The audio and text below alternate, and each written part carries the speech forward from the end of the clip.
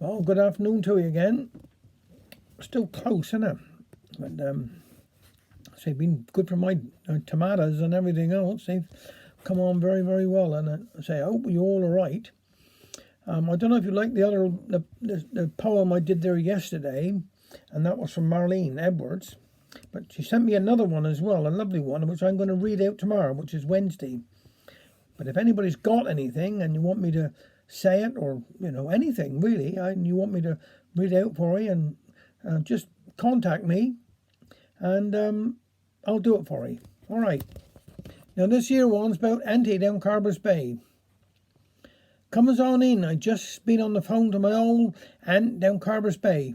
She's a dear old soul. She's 93, and she's like a kite.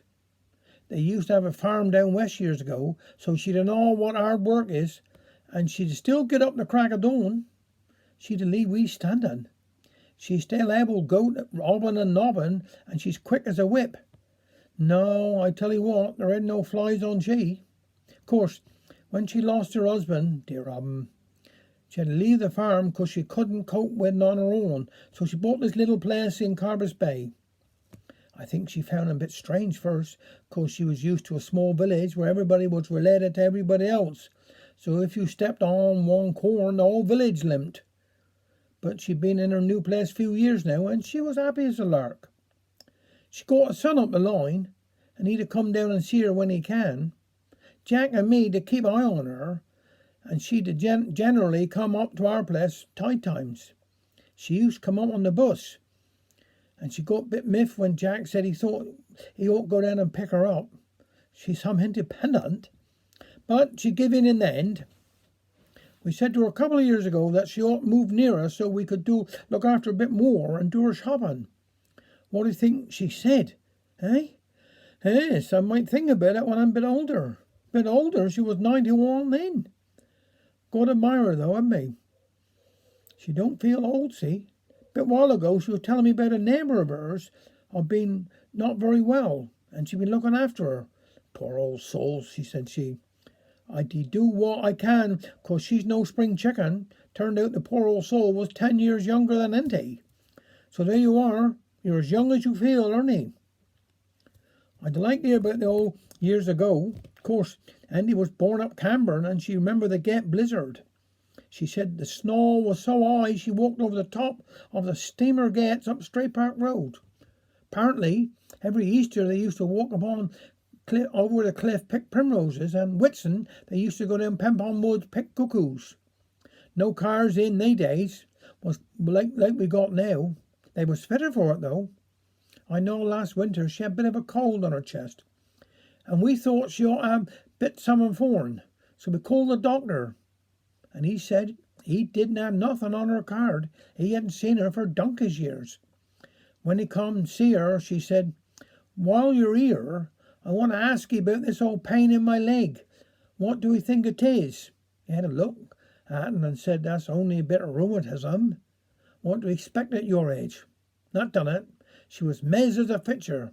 She said to me, "I'll give him old. He wasn't nothing matter with me. I'm as fit as a flea. Don't call he no more." I'd like think I'll like she. Some hopes. I don't know what I'm doing off now half the time. I'd go up the front room for someone and then can't remember what as I wanted. Think there's any hope for me, do we? Now, this here one's a little poem by David Prowse. It's called The Treat. In these long, balmy days of high summer, amidst the flies and the sweltering heat, does your mind ever turn back the pages to the joys of a Sunday school treat?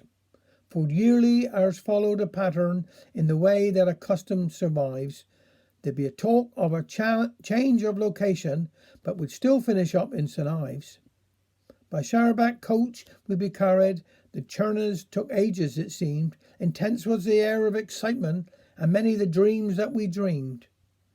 We'd be out of the bus on arrival, like greyhounds who scented a hare, as though some intangible honour awaited the first to be there. As soon it was down to the water with a whoop and a hooligan grin, pausing only to splash Spotty Oskin, who was always the last to go in. Then, Later they'd call us in order to read out our names one by one, and as we each entered our summons, we'd be given a large saffron bun. Most of us ploughed our way through one, but for others, the faint-hearted few, nothing was deemed to be wasted, for Spotty could always eat too. There were games when our dinners were settled. Mr. Jenkins would venture to sing, and roll us up his trouser leg bottoms and join in the fun of the thing. Too soon were our jollies over. We trooped back more slowly this time, determined to savour each moment, delaying each step of the climb. 2 final traditions would follow as the bus chugged its way up the hill. Mr. Jenkins was first to his slumbers, and Spotty the first to be ill. There were days that we banked in the memory. Their meaning still rings through our night. How plain were our sources of pleasure, how pure was our childish delight. Thank you very much.